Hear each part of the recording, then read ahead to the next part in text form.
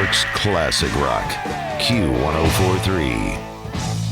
It is Jonathan Clark. Welcome back. Q104.3's Out of the Box, joined in the studio by one of the greatest guitar players by far in the world, as far as I'm concerned, John Petrucci from Dream Theater. How are you, man? I'm great, and thank you for saying that. Oh, absolutely. And I love the fact that you're originally from Kings Park, New York, Suffolk County, the eastern end of Long Island, right? That's right, yeah. Do you still make home there? I do, not in Kings Park, but on the east end of Long Island, and I grew up and lived here my whole life. The 12th studio album from Dream Theater, self-titled, and actually it's a cool story because Joe Satriani's done this show a bunch. Cool. And he told me, I know you were on several of the G3 tours, right? Absolutely, yeah. Many of them. He first told me about you, I don't know, 6-7 years ago or something like that. He goes, you got G3. You know, he was telling me about who's on the bill, and it's him. And it's like, you got to check out Petrucci, man. Oh, wow. That's really cool. He is ridiculous and awesome. So good to have you here. Thank you.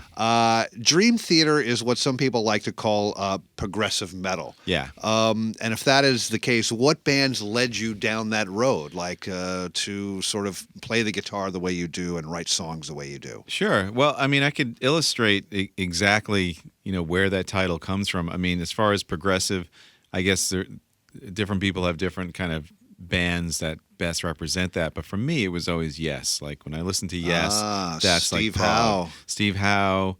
Yes, the way their instrumentation was, the song lengths, the concepts, the artwork, that to me is prog rock right there. That's the progressive part, And then the metal is Metallica. Yep. So when I was, learning to play guitar and everything, I got into like the normal bands that were just on classic rock radio, like AC/DC and Zeppelin and stuff, and that was great, of course. But then I heard Metallica, and I was like, wow. Yeah. That is unbelievable. I mean, one sounding. could almost argue that they're almost like a prog metal band. You know what I mean? No, I don't. I wouldn't argue at all. In fact, I recently was asked to do like my favorite prog albums, and I put Master of Puppets on there. Yeah. To me, that's progressive. Right. Absolutely. So Dream Theater, I always like to say it's kind of like that combination of like prog rock and metal. Some of the other guitar players that you really sort of listened to growing up, besides Steve Howe and say, Kirk Hammett and James Hetfield. Yeah, Rush is a huge influence, and so Alex Lifeson was a big one for me.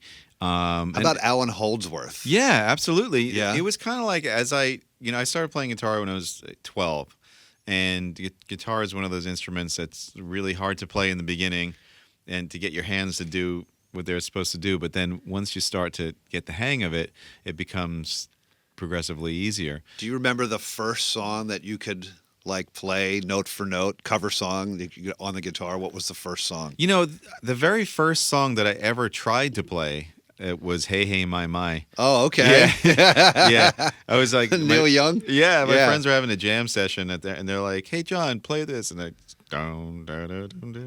had to play that. And he plays it for like 15 minutes. Yeah, exactly. So that was the beginning. But I remember trying to learn certain guitar pieces, like trying to learn Eruption, trying to learn the Heartbreaker solo, trying to learn like a Boston song, and not having any clue as to how those guys were doing what they were doing. Like now it's all just seems like, oh, how could I be so stupid? But listening to Boston, there were guitar harmonies. Tom Schultz I didn't know what that was. It sounded like that couldn't be guitar. There was the first I heard was, it was like Duane Allman and Dickie Betts.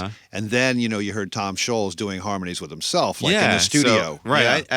As a teenager, like as a young guitar player, I didn't know what that was. Like Van Halen, Eruption, obviously guitar playing is just like stellar, but he has a flanger on there and he's using a whammy bar. Right. I had my guitar sitting there like, I can't make it sound like that. Yeah, I know. had no clue. Well, he's from another planet. Right, exactly. I exactly. who knows what he was doing and how he's inspired to like go in the studio and record that one day, It's because so cool. like he doesn't, he's not like one, as far as I've read, to tune a guitar to A440 necessarily. Right. He'll just like okay, that sounds good, Right, and then he right. goes nuts, Yeah. and everybody else has to tune to him or something, you know. Yeah. We are with John Petrucci from Dream Theater. The new album is right here, and it's a self-titled. And I want to play a song, John. Tell me about it's the what is it? The Enemy Inside, Yeah. right? And actually, you have a video for this that I checked out. A cool video on the website too. We do, yeah. The Enemy Inside was one of the first songs that we wrote when we got together in January to do the album. And we just, it's interesting that it turned out to be a single because we didn't really intend it. Like when we were writing it, I remember I picked up my 7-string guitar and I wanted to write something that was like very fast paced, very like technical. And, just we ended up writing this song that went through these different crazy changes and stuff, but it ended up having like a really great, I don't know, vibe about it and hook to the chorus and everything.